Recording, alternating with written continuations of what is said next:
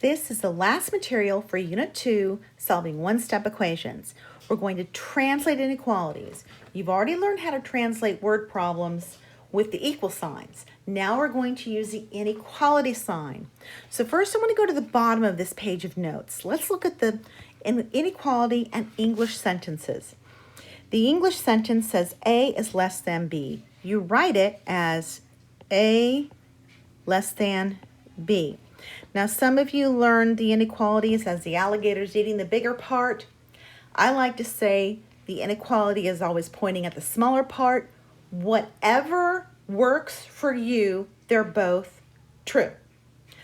All right, the second set of English sentences, and we can see this three ways. A is less than or equal to B. A is less than, and I'm going to emphasize, or equal to B. That little red bar underneath the less than sign means A can be equal to B and A can be less than B. It also means A is at most B, means it's up to B, and A is no more than B. Now we're going to go to the other inequalities. A is more than B, and then A is more than or equal to B, but you're usually going to see it as A is at least B, A is no less than B. Those are the very common ways to say these phrases. So if you can focus on what the inequalities mean, you'll do fine. Alrighty, let's do some translating. I have less than $10. I am going to be D. Why not? I have to have a variable. D is less than 10. That's it.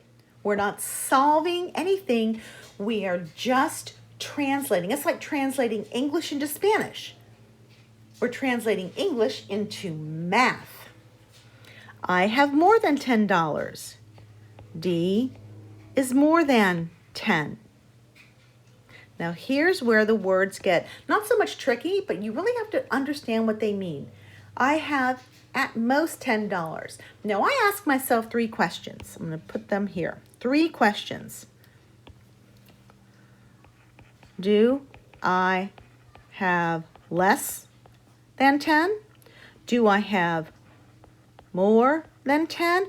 Or do I have equal to 10? Those are my 3 questions. So now I'm going to write my inequality.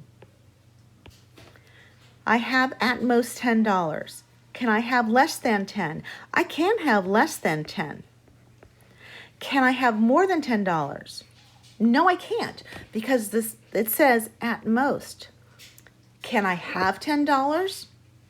Yes, I can. So therefore, D is less than or equal to 10. So ask yourself those 3 questions. And here, we'll do the next one. And I'm not even going to ask the questions on that one. I'll ask the questions in a minute.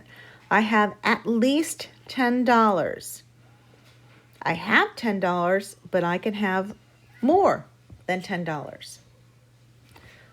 So let's do the questions again here.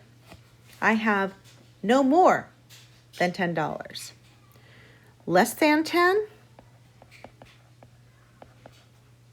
Yeah, I could have less than 10. Equal to 10? Well, I don't have any more than 10, so yeah, I could have 10.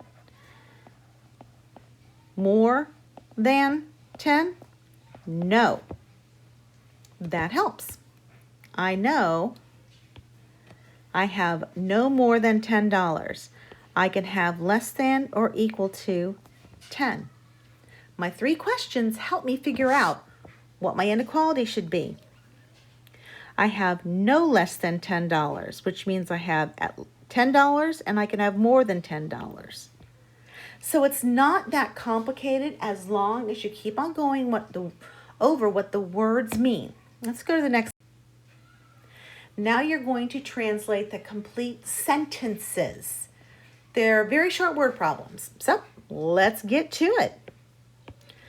The difference of a number x and 5 is less than 12. Well, let's mark some stuff up.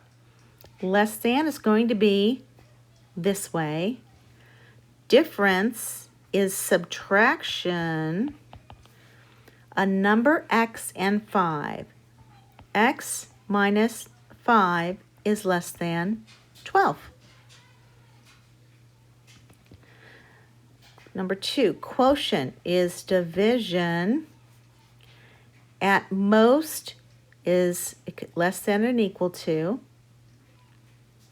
So we're going to, I'm going to underline my variables. 7 over t is less than or equal to 8. Or 7 divided by t is less than or equal to 8. Both ways are proper. So here we've got, I'll do number 5. I want you to do 3 and 4.